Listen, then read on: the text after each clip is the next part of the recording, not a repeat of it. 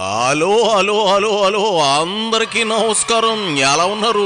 బ్రహ్మాండంగా ఉన్నారు, నాకు అర్థమైంది. ఇదిగో జబర్దస్త్ ఆంటీ మళ్ళీ మీడియాలకు కొట్టాల ముందుకు వచ్చింది, వచ్చింది కానీ విజయ్ గెలవడానికి జగనే కారణం అని కామెడీ డైలాగులు చెప్పేస్తుంది.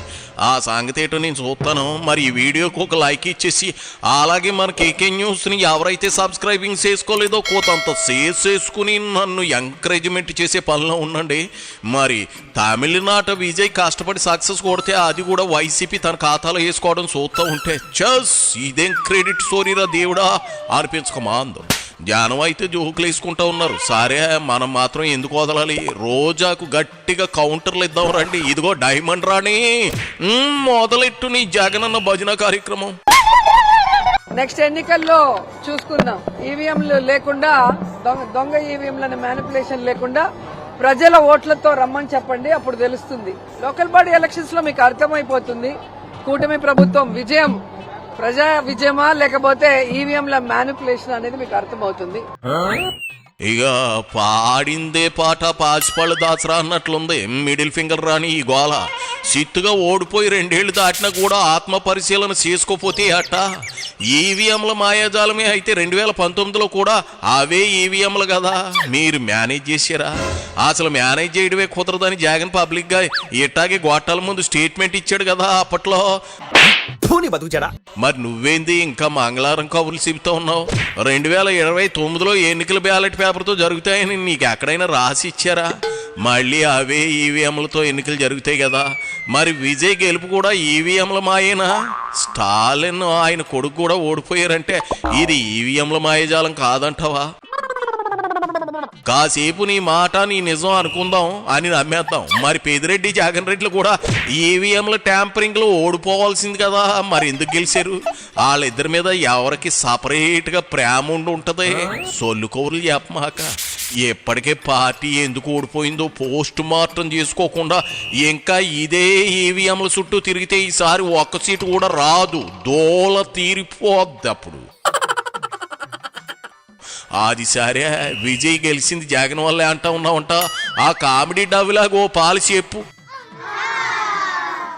ఎన్నికల ప్రచారంలో విజయ్ జగన్ ఉన్న ఫోటోకు అభిమానిస్తే చాలా ప్రేమగా దాన్ని ఎత్తి చూపించడం జరిగింది.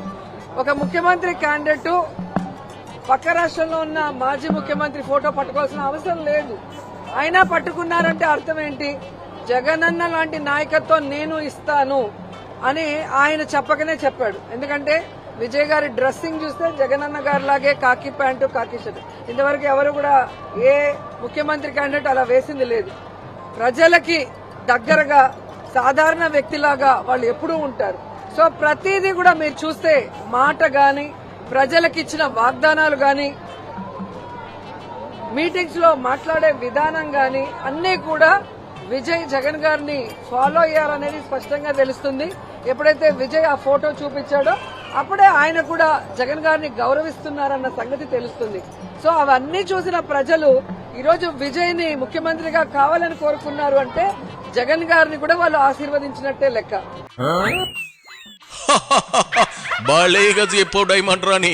ఏందేంది ఇక్కడ ప్రతిపక్ష హోదా కోసం 18 సీట్లు తెచ్చుకోలేక సాతికలు పడిపోయిన పార్టీని ఆదర్శంగా విజయ్ తీసుకున్నాడా? అలా అయితే చాలా సార్లు పవన్ కళ్యాణ్ కు పెద్ద ఫ్యాన్ని అని కూడా విజయ్ చెప్పాడు. మరి ఆ క్రెడిట్ పవన్ కి ఇద్దామా?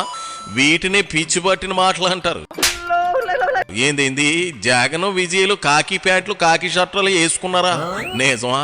నేను ఎప్పుడు చూడలేదే. ఇంకా నయం వచ్చే ఎన్నికల్లో తమిళనాడులో జగన్ నిలబడి విజయ్ను ఓడిద్దాం అనలేదు. సంతోషం. నీ బోడిదే. మా ఊర్లో పంకజం అని ఒకటి ఉంది. అది అంతే. ఊళ్ళో ఏ ఆడ కూతురు నీళ్లు వచ్చుకున్నా తన మొగుడు ప్రతిభేనని చెప్పుకునేది. అసలు విషయం ఏందయ్యా అంటే సదరు పంకజానికి పెళ్ళై 10 ఏళ్ళైనా కడుపు రాక ఒక ఆయన కూడా కాయలేదు. సేమ్ నువ్వు చెప్పేది కూడా ఆదర్శవంతమైన కాదయా. అలాగే ఉంది రోజా. దేశంలో ఏ రాష్ట్రంలో ఏ ముఖ్యమంత్రి కూడా 5 సంవత్సరాలలో తన ఇచ్చిన వాగ్దానాన్ని 99% పూర్తి చేసిన దాఖలాలు వేరే ఏ రాష్ట్రాల్లో లేదు. ఒక్క జగన్ గారే చేశారు. కోవిడ్ సమయంలో కూడా రాష్ట్రానికి ఇన్కమ్ లేకపోయినా కూడా అందరికీ జీతాలు సక్రమంగా ఇచ్చారు, ప్రజలందరికీ వైద్యాన్ని ఫ్రీగా అందించారు, అలాగే ప్రజల్ని కాపాడుకున్న విధానం కూడా అందరూ చూశారు. ఏందేంది 99% జగన్ హామీలన్నీ నెరవేర్చాడా? సంపూర్ణ మద్య నిషేధం చేశాడా? సిపిఎస్ రద్దు చేశాడా?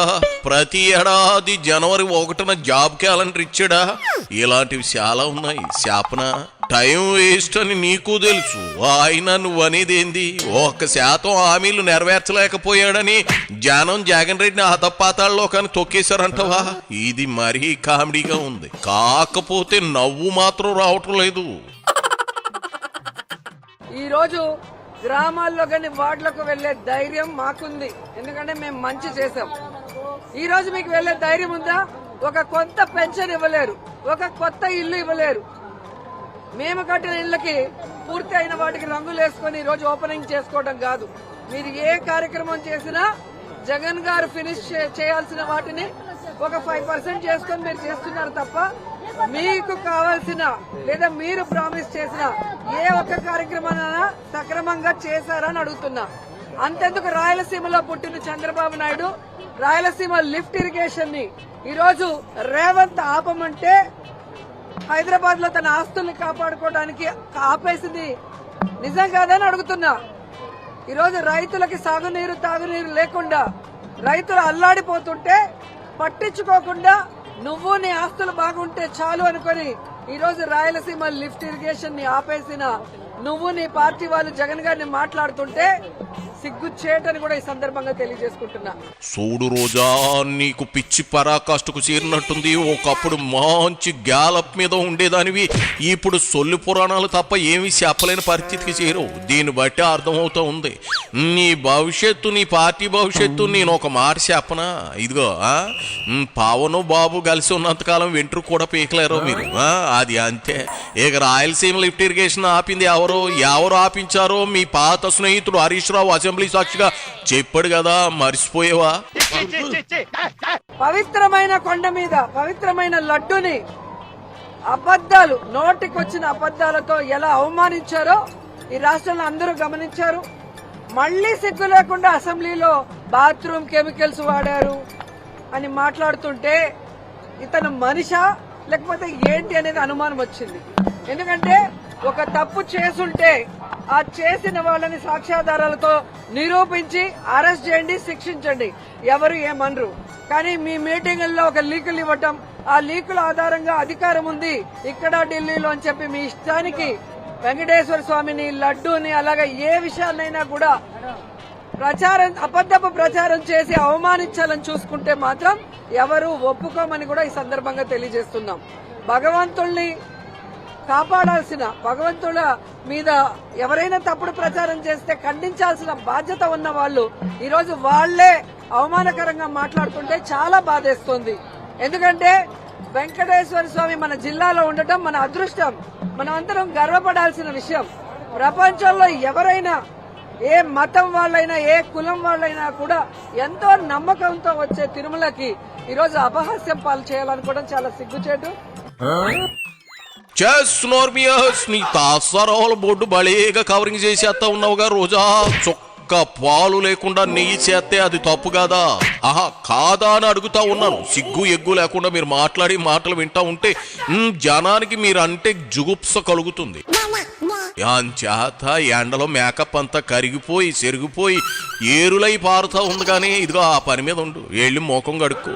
ఆ జిడ్డు మోకాన్ని చూడలేక సాత్తా ఉన్నావు. ఓ డబ్బాడు పొగడరు అద్దుకో పో, ఎళ్ళు. ఎందుకు నీకు ఈ రాజకీయాలు? పోవమ్మా, పేద శాప వచ్చావు.